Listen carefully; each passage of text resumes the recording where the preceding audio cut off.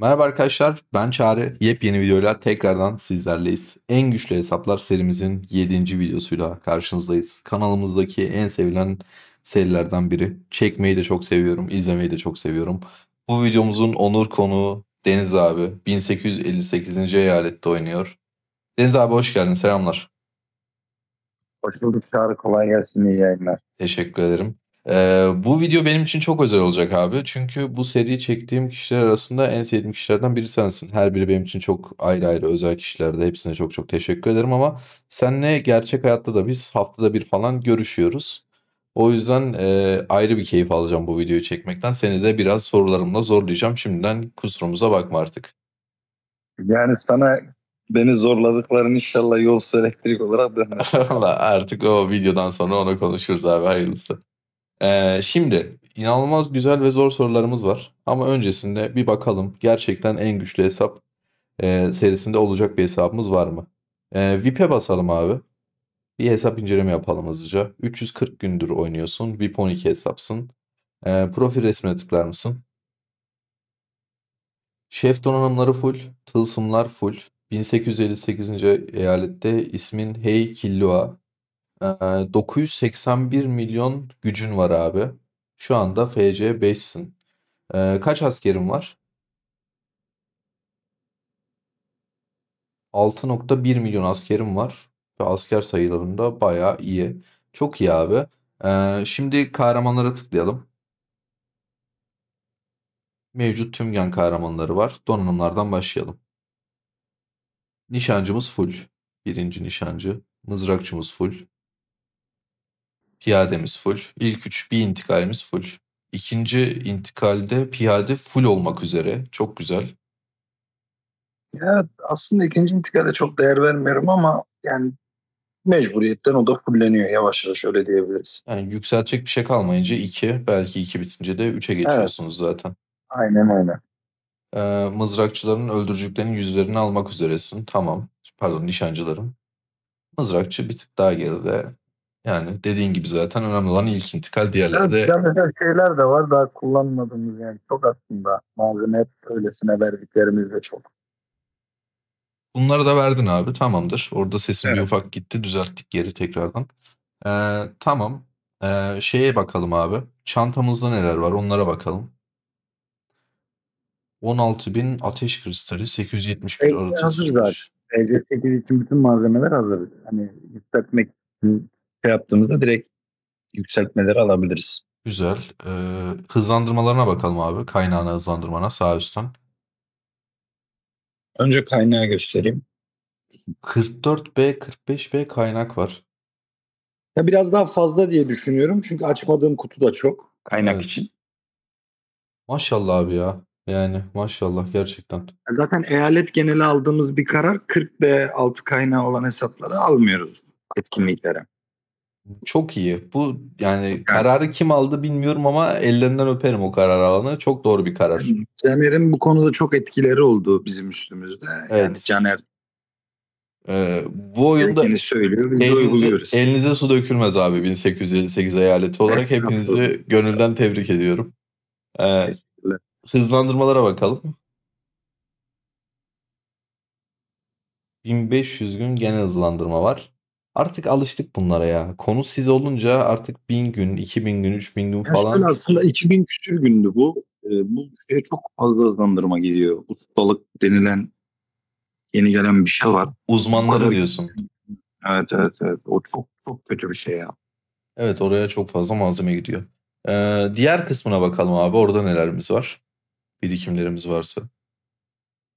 Transfer bileti hazır. Transfer mi olacaksın abi? Yavaş yavaş 50'ye Yok. tamamlıyorsun. O öyle olmuştu ya onlar aslında. Özel olarak alınan bir şey değil. Hani eğer öyle bir şey varsa biz buradan duyuralım. 1858 dağılıyor Yok. mu? Karışıklık mı var abi? Yok.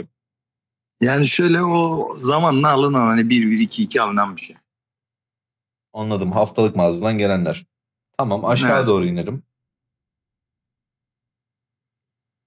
4000 tane. Oo, genel mitik. Tamam. Esans az kalmış. Şef donanımları biriktirmeye başlamışsın. Yenileri gelecek diye. Ama daha size Evet. gelmesine Bunu çok var. çok var.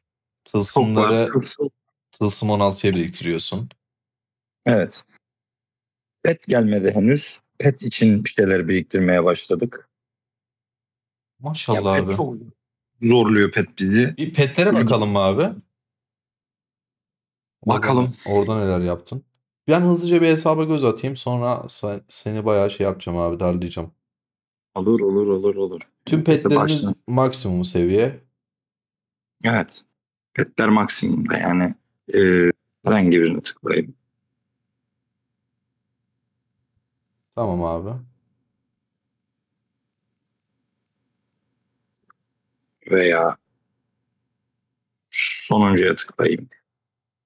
Tıkla abi bakalım. Hepsi sonuncu da mı full? Hepsini fulllemişsin, Evet evet. yenisini bekliyorsun abi. Evet. Hesap Yenisi için de işte şimdiden hazırlık yapıyoruz çünkü petleri fullemesi biraz yoruyor bizi. evet. Savaş Akademisi'yle şeye bakalım, araştırma merkezine abi.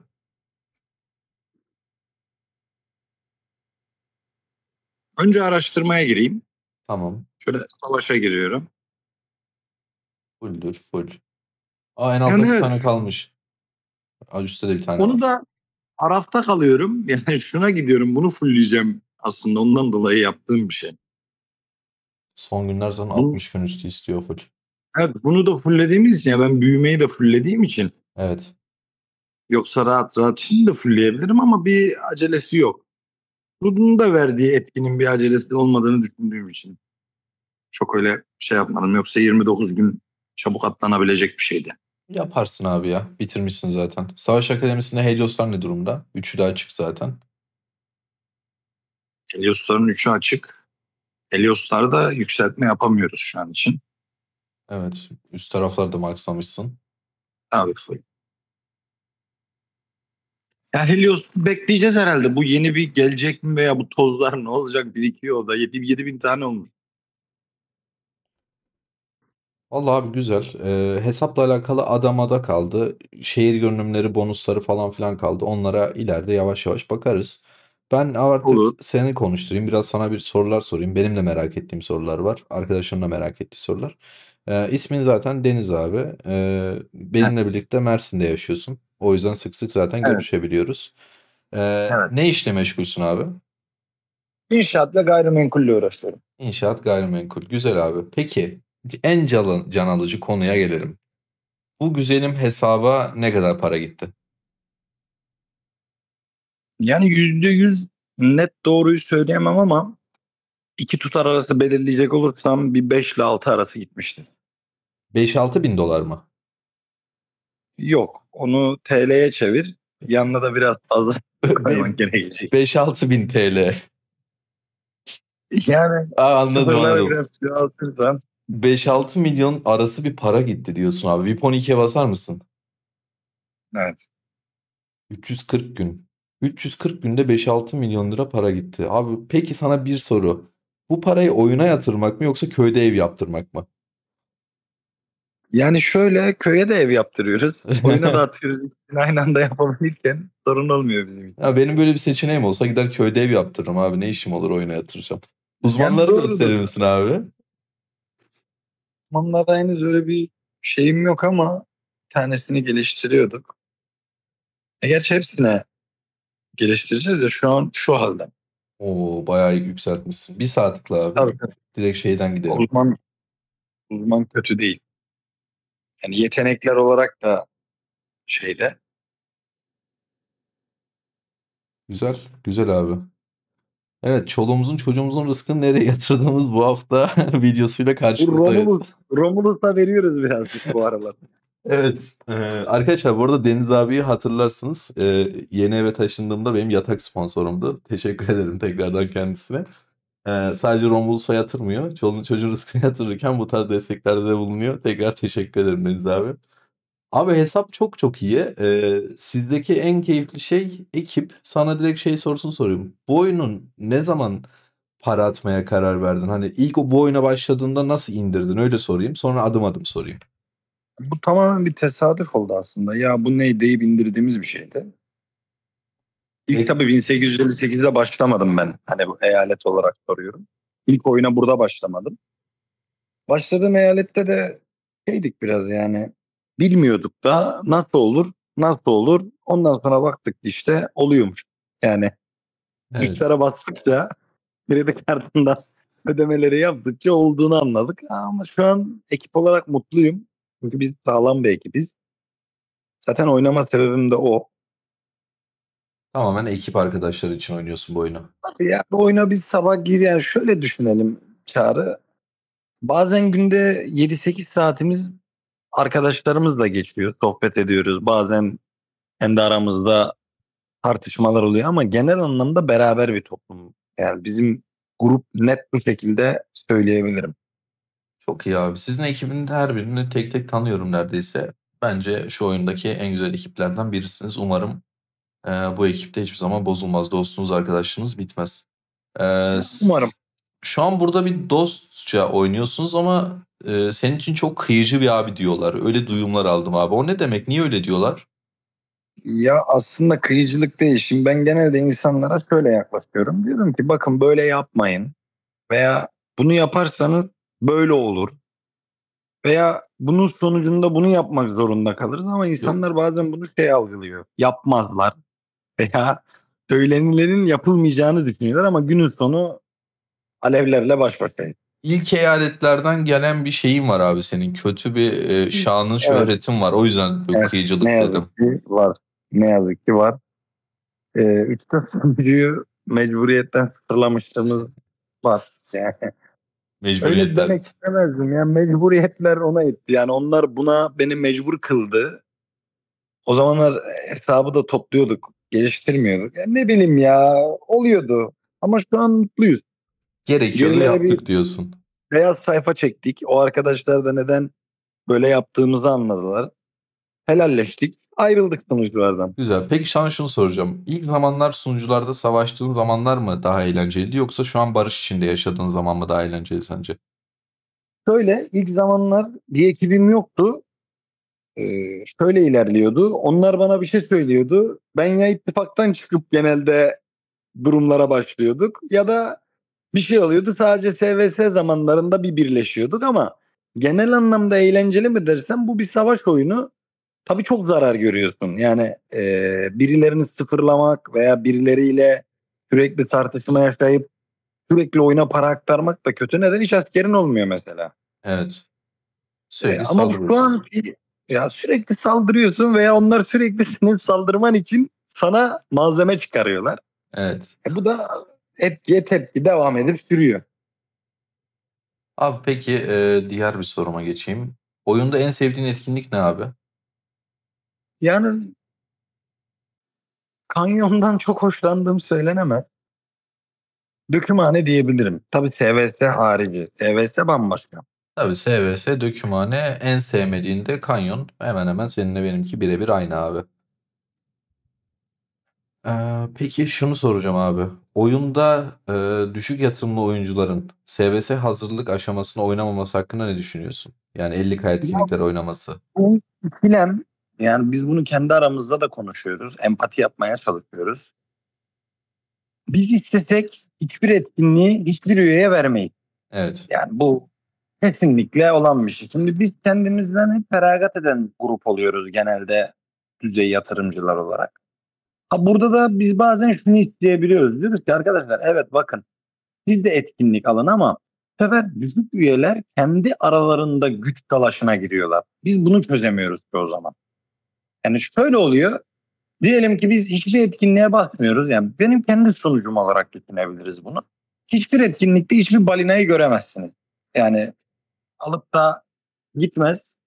Ama akabindeki durumlarda baktığımız zaman üyeler kendi arasında biri 10 milyon yapıyor. Basit bir etkinlikte öbürü 20 yapıyor. Öbürü 30 yapıyor. TVS'ye baktığında bu üyeler birer milyon yapıyor. Evet. Biz de bunun için bir şeyler söylüyoruz. Yani diyoruz ki bakın en azından kendi içinizde düşmeyin bari birbirinize. Hani biz basmıyoruz zaten yükseltmiyoruz ama siz de yükseltmeyin. Daha başarılı olamadık bu konuda çok. Yani senin bakış açına göre de sen haklısın bu arada, katılıyorum yani şey olarak. Ya aslında bakış açısı değil. Şimdi sonuçta şöyle gidelim. Biz bu SVS'yi komple kaybederiz diyelim ki. Evet. Hazırlığı da kaybedelim. Bunda kim zarar görüyor? Kimse, bence hiçbir şey değişmiyor. Veya şöyle, hayır, şu anlamda, o zaman kimsenin bir şey değiştiremediği bir şeyde ben neden etkinliklerin hepsini almayayım? Bu çok doğru. Bak burada da işin rengi değişiyor tabii. Yani Yani hiçbir şey madem o zaman hiç değişmiyorsa önemi yoksa kaybedecekseniz SVS'nin, o zaman bütün etkinlikleri ben alırım. Çok rahat alırım. Hiçbir doğru. şey yapmama gerek yok. Sonuçta bu kadar para atıyorsun. Öyleyse senin Veya bir önemi yoksa ben niye tabii kazanmayayım diyorsun. 1858 için söylüyorum. Herhangi bir şekilde balinalarla kendi aramızda anlaşırız. Her hafta deriz ki bir kişi full etkinliği çektin. Biz bunu sonsuza kadar devam ettiririz. Yani doğru. Burada kendimizden feragat ederken suçlanmayı sevmiyorum aslında ben. Hani onu bazen yaşıyoruz. Yani sizin sistem güzel abi ya. Yo, biz iyiyiz. Biz ama genel olarak genelde bir bozukluk var. O benden kaynaklı. Bilekte YouTube'dan kaynaklı o bozukluk. Tamamen Ya onu şöyle, üstlenebilirim yani öyle söyleyeyim. ya öyle ama orada da şöyle bir sorun oluyor. Sunucudaki diğer üst yatırım üyelerle o düşük yatırım üyelerinin çarpışma ihtimali yok abi. Yani ihtimal yok ya. Tabii yok Veya ama ben bir etkinliği alacağım dediğimde benden alınabilme ihtimali yok. Benim gibi burada 10 üye daha var böyle alınabilme ihtimali olmayan. ya orası öyle de işte biz şey videolar çekiyoruz ya böyle bireysel olarak nasıl daha güçlü olabilirsin? Düşük yatırımla nasıl keyif alabilirsin? Bunları Şuna anlattığımız benziyor. Ben senaryoda bireyselde güçlü olmak istiyorum. Ama SVS'de de balinalarım çarpışsın, kazansın istiyorum. Ben hep her şeyi istiyorum. öyle insanız tabii Yani, ki isteyeceğiz. evet. Biz de bir şey isteyemiyoruz bu konuda. Evet diyoruz, siz de haklısınız. Evet diyoruz, siz de haklısınız. Yani işte şey düşünce farklılığı abi ya. Normal ben de oyuna bu kadar para atmış olsaydım ben de senin gibi düşündüm. Açık konuşayım yani A'dan Z'ye kadar haklısın sen de. O konuda bir şey Bekleyeceğiz. diyemiyorum. Yani şu an artık bekleme yönündeyiz. Neden? Hani e, bekliyoruz, evet diyoruz. Üyeleri sabır sabır dinliyoruz yani, ki dinleyeceğiz de. Evet. Bu konuda şeyimiz yok. Peki bu konuyu yine chat'e açık bırakalım. Arkadaşların yorumunu merak ediyorum. Abi bu oyunda kahraman donanımı, uzmanlar, pet, tılsım, cart curt. Seni en çok maddi olarak zorlayan hangi kısım oldu? Hani lan buna Ya da para maddi olarak atıyor. Yo buna da hani para atıyoruz bitmiyor. Bu ne illet bir şeymiş dediğin böyle bir şey oldu mu? olmadı ama petler sıkıntılı. Yani pet için yeterli materyal yok. Mesela süt bazen oluyor, şuradan şurayı çekmesini hiç sevmiyorum. Yeterli materyal yok dediği şey yokmuş arkadaşlar. Gelen paket sayısını beğenmiyorlar. Evet yani yetmiyor mesela. Hani Sizin örnek derdiniz verelim, büyük buna bir abi örnek. ya. Sizin derdiniz bitmez vallahi bak. Buna bir örnek vereyim sana, mesela tılsım. Evet. Tılsım geliyor, materyaller dolu ama yetmiyor. Neden? 20 paket çekebiliyorsun haftada. Bunu konuşmuştuk zaten seninle daha önce. Evet. 5 hafta bekliyorsun. 5 hafta için anladın mı mantığı? O Ya zaman aç, sınırsız de olan olsun zaten, anasını evet satayım. ya ben bu konuyu konuştum abi. Biz bu konuyu geçen canlı yayındaydık akşam. 300 kişi falan vardık. Herkes aynı şeyi söylüyor. Yani niye paket çekemiyoruz? Hani niye haftalık? Niye 5 hafta bekliyoruz? Hani bunu daha çok paket getirsinler daha çok çekelim. Dedik oyunun desteğini yazalım yani. Bu böyle olmaz çünkü. Bakalım abi toplu bir şekilde yazıp bu sorunu çözeceğiz inşallah sizin adınıza hep birlikte. Yani bizim adamızı çözmek istemeniz bizim ne iyi hissettirir kendimizi ama bilmiyorum artık. Bu normal mağazayı kaldırsalar daha mutlu olurum gibi geldi şu an. Bence de abi. Buraya giden paralar gerçekten çöpe gidiyor. Yani mesela ben şu normal mağazadan geçen sefer vahşi işaret paketi çektim. Mesela cumartesi günü müydü, öyle bir şeydi. 20 paketi çektik, petrol fulleyi. Abi senin hesaba yatırılan para eyaletin gününe göre biraz fazla. Muhtemelen sen bu normal mağazayı böyle bir dışarıdaki market gibi kullanıyorsun günübirlik. Anladığım Zaten büyük kadarıyla. sorunumuzun en büyüğü o zaten bizde. Bu normal mağazayı sürekli kullanıyor olmamız. Yani yapılmaması gereken bir durum. Ha. Ama yapılıyor işte, durmuyor. Tam birazdan şey soracaktım. Hani oyunda hata yaptım dediğin noktalar varsa bir iki tane Normal söyler misin? mağaza. Direkt normal Normal mağaza. mağazaya böyle bir şey, oyuna mesaj atsak acaba, istesek normal mağaza kapatılabilir mi üyelere özel? Hiç sanmıyorum. Siz böyle para yatırdığınız sürece kalkmaz abi. Ya o da şeyde oluyor. Mesela diyelim ki örnek bir savaştasın ama adamın peti full. Sen diyorsun ki ya bu Allah Allah nasıl oldu falan. Bir bakıyorsun ki normal mağazayı çekmeye başlıyorsun yani. Evet. O ara durdurulamıyor. Vallahi abi bir şey diyemeyeceğim bu konuda. Umarım durdurursunuz yani. Hesap güzel abi. Yatırım da güzel. Ama şunu fark ettim seninle konuşurken. Gerçekten keyif alıyorsun oyundan. Oyunun ilk zamanları yakmışsın, yıkmışsın. Bu bir savaş oyunu. Tabii ki yakıp yıkacaksın. Emek veriyorsun, zaman ayırıyorsun, para yatırıyorsun. Sonra bir yerden sonra ondan sıkılmışsın. Güzel bir ekip bulmuşsun kendine. Şu an ekibinle keyif alıyorsun. Köye evini yaptırıyorsun. Her şey yolunda. Sıkıntı yok bence. Gayet her şey güzel. Oyunu bırakmayı düşündün mü, düşünüyor musun? Ya da Yok ne yani olsa bırakırsın oyunu. öyle anca ekibin tamamı dağılır. Yani o tarzda olursa belki. Anladım. Her şey yine ekibe bağlanıyor. Her videomuzda olduğu gibi, biliyor musun? Yani en güçlü hesap şu an 7. videosunu çekiyoruz. 7'sinde de herkes ekip için oynadığını söyledi. Bu bir ekip oyunu arkadaşlar. Fight Us Survival. Tam olarak biz bunu anlamış olduk. Ya mesela gece uyanıyorsun, uyuyamıyorsun, bakıyorsun çocuklar yazmış veya abi ne yapıyorsun? Abi zaman geçiriyorsun veya bakıyorsun gün içinde bir yerde çok sıkılıyorsun diyorsun, giriyorsun bakıyorsun çocuklar yine yazmış. Ya bu aslında bizi pozitif etkiliyor. Ha tabii pozitif etkilemediği dönemler de var. Daha günümüzün daha kötü geçmesine de bazen sebebiyet veriyor oyun ama genel anlamda yani yüzdelik dilimde %80 iyi. Aynen öyle. Ee, Arkadaşlar biz Deniz abiyle şu şekilde tanıştık. Deniz abi Instagram'a Çağrı Şahin yazmış. İşte benim videolar izledikten sonra. 100 küsür bin mi, işte 300-500 küsür binlik bir tane Çağrı Şahin varmış. Gitmiş ona yazmış. O çocuk da cevap vermiyor tabii. Görmüyor muhtemelen mesajı. Ne düşündün abi? Bu şey çocuk da bir tarafları kalktı, bize cevap vermiyor Ben falan dedim numaramı mi? ben şey yaptım. Numaramı yazdım. Arasana lan yazdım en son. Çocuğa öyle mi yazdı? Evet evet Allah'tan aramadı bizi. Yani arasa ne diyecektik? Sonra utandık. Evet. Sana ulaşınca çocuğa özür mesajı gönderdik. Ya kardeşim biz çağrıları karıştırmışız. Bana ilk yazdığında da direkt numaraya atmıştın. Şey garip gelmişti. Öyle Ona da tanışmıştık. Ya ilk attım numarayı. evet. Yani ona da dedim ara beni şu işi çözelim. O büyük bir ihtimal artık ne düşündü ne yaptı bilmiyorum. Ya Sonra özür diledik çocuktan ama. bizi konuştuğumuzda ben senin hesabına bakmıştım. Yatırımı güzel bir hesaptı abi. Yani sen şey demiştin ya, öyle çok şey yapmam, öyle keyif aldıkça atarım arada sırada falan dedim. Ben dedim böyle bir köpek balığı hesap falan yapıyor herhalde. Temiz güzel hesap yapıyor. Sonra ben hatırlarsan bir ay mı 1,5 ay sonra onu konuştuktan sonra bir Mersin'e geldim. Seninle görüştük. Daha Evet evet. taşınmamıştım. İstanbul'dan Evet. Mersin'e taşınmamıştım. Abi bir geldim, dünya görünümünü almak üzere hesap. Böyle 10-15 parçası falan eksik. Yani o hesaptan o O aralar hesabı. yine dramalar oluyordu. Evet. Sunucuda drama sonucu bizi daha güçlendirdi. Şey diyorum artık ben hani öldürmeyen yara bizi daha çok güçlendiriyor bu oyunda. Öldürmeye göre daha çok para attırıyor diyebilir miyiz abi? Gibi gibi öyle de diyebiliriz. Neyse, sağlık olsun. Dediğim gibi her şeyden önemlisi senin keyif alman zaten, ki bayağı da almışsın. Abi çok çok teşekkür ederim. Ee, Ben teşekkür ederim. Arkadaşlara, izleyenlere söylemek istediğin birkaç şey varsa sana bırakıp sonra videomuzu kapatayım. Yani sadece şunu söyleyebilirim. Oyunda verdiğiniz emekleri bir anda anlık sinirler için veya anlık kendi içinizde olmayan sorunlarla da alakalı. Bazen mesela sunucularda bazı insanlar sorun çıkarıyor ama siz de dahil oluyorsunuz. Bence birbirinizi kırmayın derim. Çünkü çok zaman geçirdiğiniz arkadaşlara bir anda tıp dönüyorsunuz veya biz dönüyoruz. Veya bazı sebeplerden dolayı tekrardan sıfırlanmalar oluyor ama inanın gerek yok. Konuşularak çoğu şey çözülebilir derim. Güzel. Buradan da ufak bir tehdit aldık. Her gecenin sabahı olmaz. Bardak ağzına Yok yok. kadar dolu damlayana Yok. yazık olur diyerek kapatıyoruz o zaman videoyu.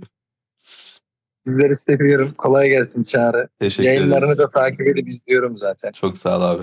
Arkadaşlar siz de eğer bizi seviyorsanız, yayınlarımızı takip edip videolarımızı takip edip izliyorsanız videoya bir beğeni, bir yorum atıp kanalımıza abone olursanız çok seviniriz. Kendinize iyi bakın. Yeni serilerde görüşmek üzere. Bu videoyu ya da başka video serilerini sizlerle de çekmemizi isterseniz bana Instagram adresimden ulaşabilirsiniz. Videonun açıklamalarında Instagram adresim mevcut. Kendinize iyi bakın. Sağlıcakla kalın.